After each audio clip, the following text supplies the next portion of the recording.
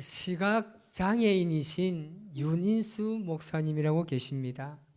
그는 어린 시절 굉장히 가난한 곳에서 태어났습니다. 그리고 어머니마저 중병을 앓고 누워 계십니다. 그는 어린 시절에 어머니의 병원비와 약값을 대기 위해서 구두 닦기부터 시작을 하게 됩니다.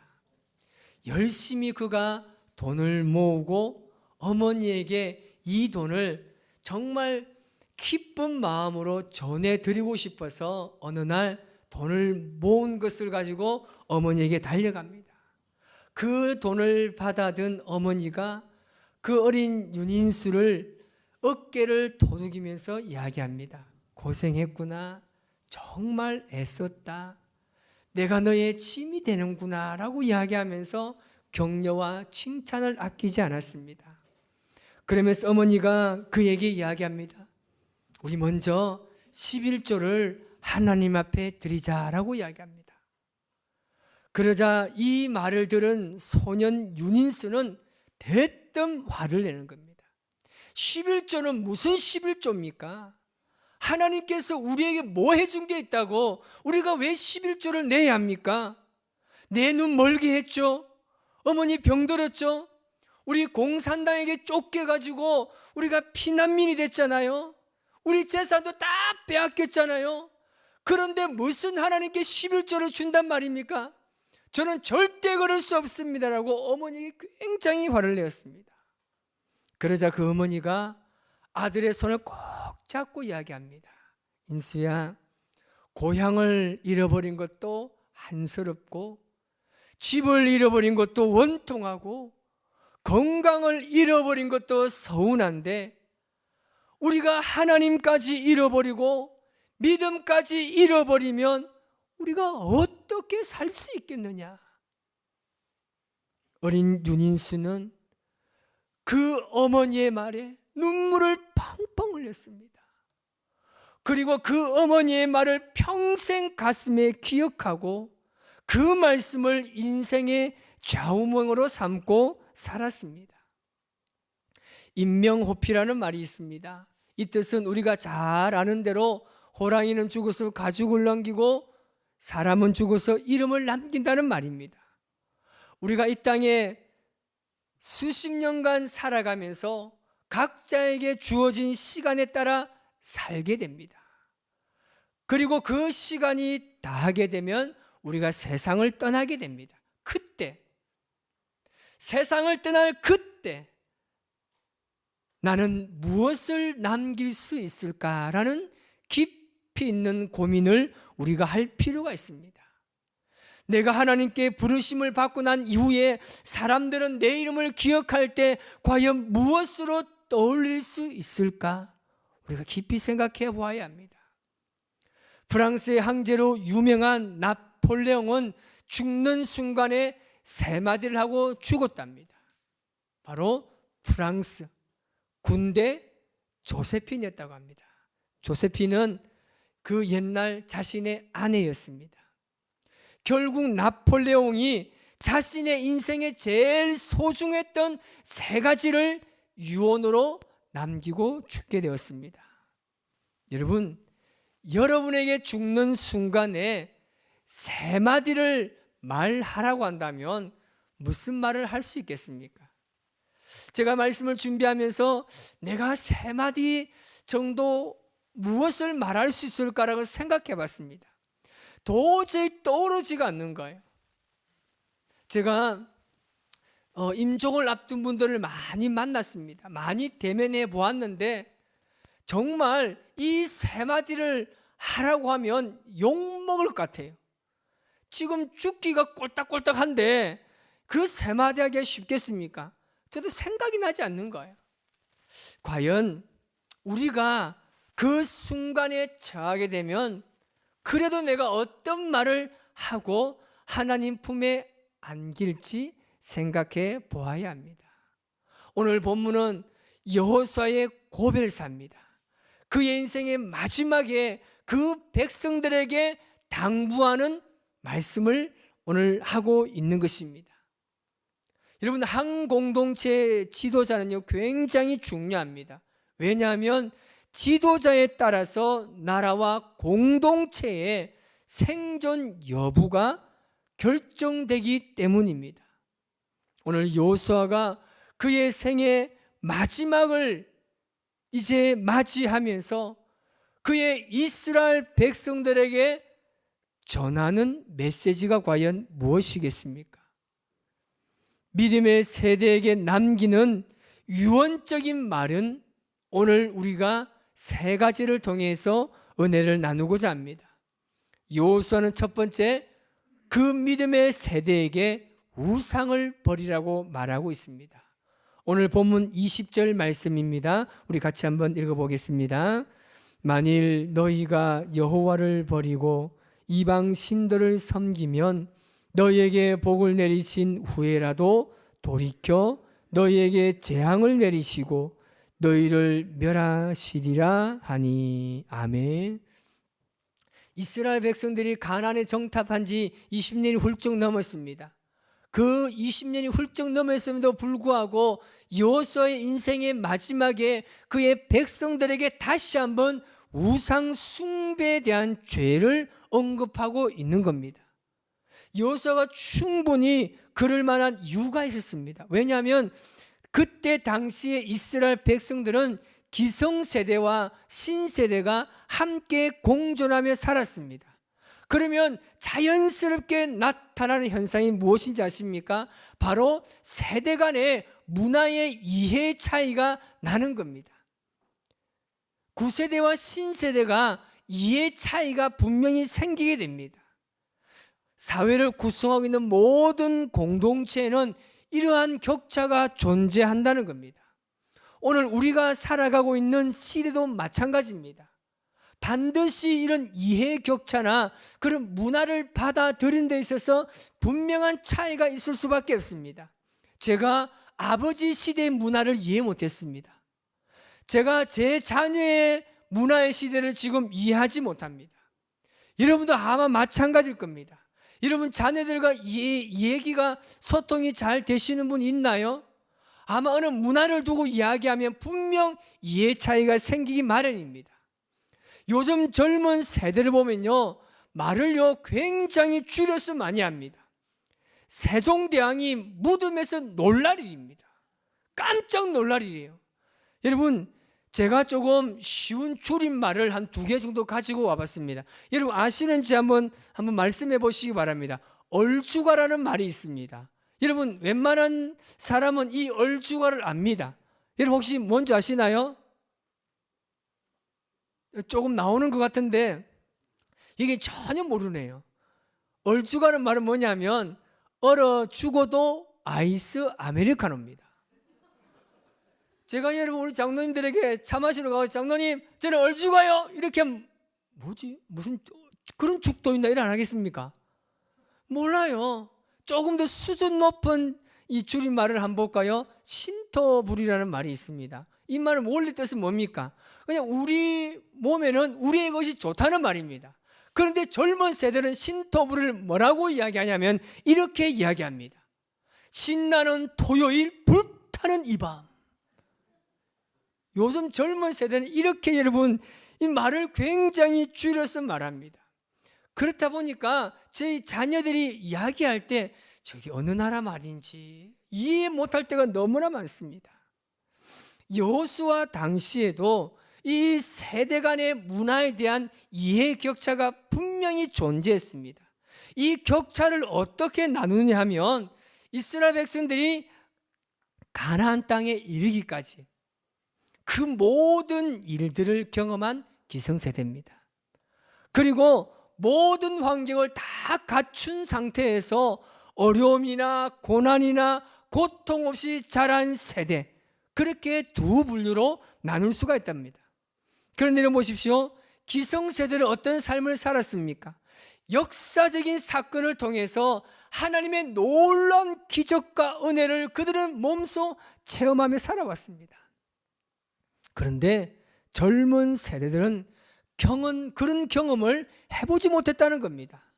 우리나라를 예를 들면 6.25 전쟁과 보릿고개를 경험한 세대와 그렇지 못한 세대 간의 이해 차이가 반드시 있다는 말입니다. 우리 6.25를 경험하고 보릿고개를 경험하신 분들은 분명히 음식을 드실 때도 아주 음식을 적당하거나 아니면 필요한 음식만 드십니다. 그런데 지금 젊은 세대는요, 특별히 이 먹는 문화가 굉장히 다양해졌습니다. 그리고 먹으면요, 막 그냥 좋은 거 다 먹어요. 그런데 남기는 것도 너무 많아요. 그런데 우리 보릿고개를 경험하신 어르신들요, 남기는 거 절대 안 됩니다. 제가 그 부교육자 생활 때 굉장히 힘들었던 게 뭐냐면, 꼭 신방 가면 담임 목사님들은 자기 다 먹고 나면 꼭 남은 거 다 먹으랍니다. 전도사 시즌 다 먹어야 돼. 이게 다 먹어. 남기면 절대 안 돼. 자기는 다 먹고 숟가락 다 놓고 있잖아요. 그 굉장히 힘들었습니다. 그러니까 이런 이해의 차이가 분명히 어떤 나라든지 어떤 공동체든지 다 이렇게 살아가고 있습니다. 여러분, 이스라엘 백성들이 가나안을 점령했을 때 그곳에는 많은 우상의 문화가 뿌리 깊이 잠재해 있었습니다. 이방인들의 문화가 어떻겠습니까? 그곳에 간 이스라엘 백성들, 하나님의 은혜를 경험하지 못한 그들은 그 문화를 그대로 무덤덤하게 그들은 그대로 받아들입니다. 젊은 세대들은 아무렇지 않게 그 문화를 그들의 삶에 그대로 융화시켜 버립니다. 여호수아는 이것을 염려해서 우상을 버려야 함을 강조하고 있는 겁니다. 젊은 세대가 그들이 그것이 우상이지 모르고 섬길 때도 많습니다. 여러분, 하나님만을 섬기기 위해서는 우리 안에 잔재되어 있는 우상, 하나님을 섬기는데 방해되는 것들을 과감히 버리시기를 바랍니다. 성경에서 말하는 우상 숭배를 정의하면 레위기 26장 1절에 우리에게 말씀하고 있습니다. 우리 같이 한번 읽어보겠습니다. 너희는 자기를 위하여 우상을 만들지 말지니 조각한 것이나 주상을 세우지 말며 너희 땅에 조각한 석상을 세우고 그에게 경배하지 말라. 나는 너희 하나님 여호와임이니라. 아멘. 여기 빨갛게 글자가 되어 있습니다. 자기를 위하여 되어 있습니다. 자기를 위하는 것이 우상이라고 말씀하고 있습니다. 하나님보다 더 의지하는 그 무엇인가가 바로 우상이라는 겁니다. 눈에 보이는 형상을 섬기는 만큼만이 우상 숭배가 아닙니다. 본질적으로 따지면 우상이라는 것은 하나님보다 사랑하는 그 모든 것이 바로 우상이라는 말입니다. 내가 하나님을 예배하는데 방해되는 것이 있고 하나님을 온전히 바라보는데 장애물이 되는 것을 우리는 과감하게 버릴 수 있어야 하고 그것을 포기할 수 있어야 한다는 겁니다. 여러분, 교회로 오실 때 누구를 예배하기 위해서 오십니까? 마음속에 하나님보다 더 중요하게 여기는 것이 과연 무엇이 있습니까? 다른 것이 크게 여겨지고 하나님이 작게 여겨지게 되는 것은 그것이 바로 여러분 자기에게 우상이 되는 겁니다. 하나님께 예배하러 오는데 오늘 우리 남성계, 여성계 오늘 어디에 어떻게 하기로 했지, 여기에 부푼 기대감을 가지고 오면 안 되는 거예요. 내가 오늘 누구를 만나야 된다, 그 기쁜 마음이 오는 게 아니라 우리는 교회에 올 때 하나님을 예배하기 위해서 와야 한다는 겁니다. 하나님만이 가장 우리의 삶의 최우선이 되어야 하는 겁니다. 그리고 두 번째는 여호수아가 그 다음 세대에게 마음을 하나님께로 향해야 한다고 말하고 있습니다. 23절을 우리 같이 한번 읽어보겠습니다. 여호수아가 이르되 그러면 이제 너희 중에 있는 이방신들을 치워버리고 너희의 마음을 이스라엘의 하나님 여호와께로 향하라 하니. 아멘. 여호수아가 우리의 마음을 하나님께로 향하라고 하는 데는 다 이유가 있습니다. 그것은 바로 우리의 마음과 우상의 상관관계 때문입니다. 사람이 무엇을 마음에 품고 있느냐는 것은 그 사람의 생각과 행동을 결정하는 중요한 요인이 되는 것입니다. 마음이 그런 것 같습니다. 사람들이 하나님께서 주신 마음을 간직하는 것을 그렇게 오랫동안 간직하지 못합니다. 은혜를 받더라도 그 은혜가 일순간으로 사라질 때가 너무나 많습니다. 그 말씀을 내 마음속 깊이 간직하기 위해서는 그 말씀을 가슴속에 새기고 우리가 삶을 살아갈 때 그 현장에서 말씀대로 살아가는 거예요. 그러면 말씀대로 살아갈 때 하나님께 주신 은혜를 경험하면 그 은혜로 다시금 힘을 내는 겁니다. 이것이 계속해서 반복해서 가야 하는 겁니다. 예수님께서 산상수훈에서도 팔복을 강의하실 때 마음과 연관성을 가지게 하고 있습니다. 여러분, 우리는 우리의 마음을 잘 관리해야 됩니다. 우리의 마음을 그대로 방치해 두면 사단은 여지없이 우리의 마음부터 굴복시키는 거예요. 그래서 우리가 나쁜 생각을 하게 되는 겁니다. 나쁜 생각은 나쁜 마음을 가지게 하고 나쁜 마음 그대로 나쁜 행동을 하게 하는 겁니다. 결국 사단은 우리가 하나님과의 관계가 멀어지게끔 만드는 거예요. 그래서 우리의 마음부터 계속해서 굴복시키려고 합니다. 너 저 사람 미워해라. 너 저 사람에서 저주를 하고 너 저 사람에서 나쁜 말을 하고 나쁜 것을 계속해서 지적해라고. 사단은 끊임없이 우리에게 마음에 요동치게 합니다. 그럴 때 우리가 어떻게 해야 됩니까? 그럴 때 철저하게 우리가 영적으로 전쟁하지 않으면 우리의 마음을 굴복시킬 수밖에 없습니다. 여러분, 우리의 마음을 잘 다스리시기 바랍니다. 그래서 신명기 10장 16절에 마음에 대해서 이렇게 이야기합니다. 시작. 그러므로 너희는 마음에 할례를 행하고 다시는 목을 곧게 하지 말라. 아멘. 여기 대해서 예레미야 선지자도 예레미야 4장 4절에 우리에게 이렇게 말하고 있습니다. 시작. 유다인과 예루살렘 주민들아, 너희는 스스로 할례를 행하여 너의 마음 가죽을 베고 나 여호와께 속하라. 아멘. 마음의 할례를 받으란 말입니다. 마음에 있는 그 더러운 모든 것을 다 씻어버리고 할례를 받고 새롭게 정결한 마음으로 하나님께 나가란 말입니다. 여러분, 마음의 할례를 받으면 비로소 하나님이 누구인지를 알게 됩니다. 그렇게 되면 우리의 마음에는 우상이 아닌 하나님이 자리 잡게 된다는 겁니다. 여러분의 마음이 하나님께로 향하시기를 주님의 이름으로 축원합니다. 여러분, 신앙의 삶을 절대 느슨하게 만들지 마세요. 내 믿음과 내 신앙의 삶이 지금 느슨해진다는 것을 느끼게 되면 마음이 아파지래요. 마음이 고통스러워야 되는 겁니다. 가슴을 치며 회개해야 하는 겁니다.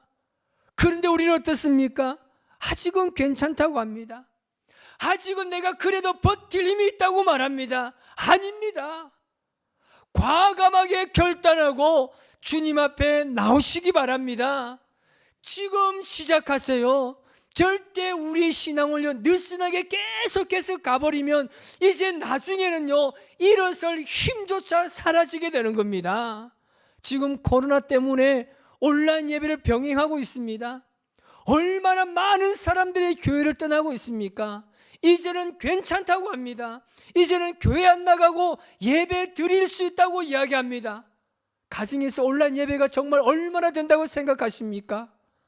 그렇다 보면 나중에는 이제는 점점 교회가 멀어지게 되는 거예요. 나중에는 미안해서 교회 나가고 싶은 마음까지 생긴다는 겁니다. 여러분, 신앙이요 느슨해지면요 그냥 있으면 안 돼요.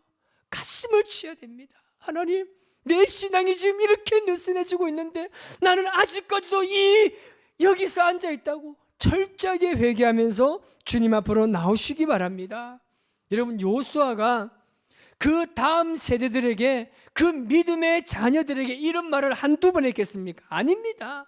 입버릇처럼 말했을 겁니다. 그런데 왜 또 이렇게 강조하는 겁니까? 세상에서 그리스도인으로 온전하게 살게 하기 위해서입니다. 하나님을 향하여서 마음이 주님을 향하는 것은 우리의 삶의 최우선으로 하나님을 두는 겁니다. 이런 마음을 잘 다스리기를 주님의 이름으로 축복합니다. 마지막에는 우리 정글을 기억해야 합니다. 여호수아가 큰 돌을 가져다가 여호와의 성소 곁에 있는 상수리 나무 아래 세우고 이스라엘 백성들에게 말하고 있습니다. 27절 말씀을 우리 같이 한번 읽어보겠습니다. 모든 백성에게 이르되 보라, 이 돌이 우리에게 증거가 되리니 이는 여호와께서 우리에게 하신 모든 말씀을 이 돌이 들었음이니라. 그런즉 너희가 너희의 하나님을 부인하지 못하도록 이 돌이 증거가 되리라 하고. 아멘. 여호수아가 가져온 돌이 하나님과 이스라엘 백성 사이의 증거라고 말합니다. 하나의 기념비입니다. 그런데 이상한 표현이 있습니다. 뭐냐면 여호와께서 하신 말씀을 이 돌들이 들었다라고 이야기합니다. 이상하지 않습니까? 어떻게 돌이 사람의 말을 들을 수 있겠습니까? 그런데 지금 여호수아는 그 백성들에게 기념비를 세우면서 그 돌을 의인화시킨 겁니다. 여기 대해서 칼빈은 이렇게 이야기합니다. 우리 같이 한번 읽어볼까요? 무생물이니 돌까지도 이 말씀을 들었는데 하물며 사람들이 말씀을 듣지 못한 양 하나님을 배반하는 일이 있어서는 안 된다. 칼빈은 이 본문을 이렇게 이야기하고 있습니다.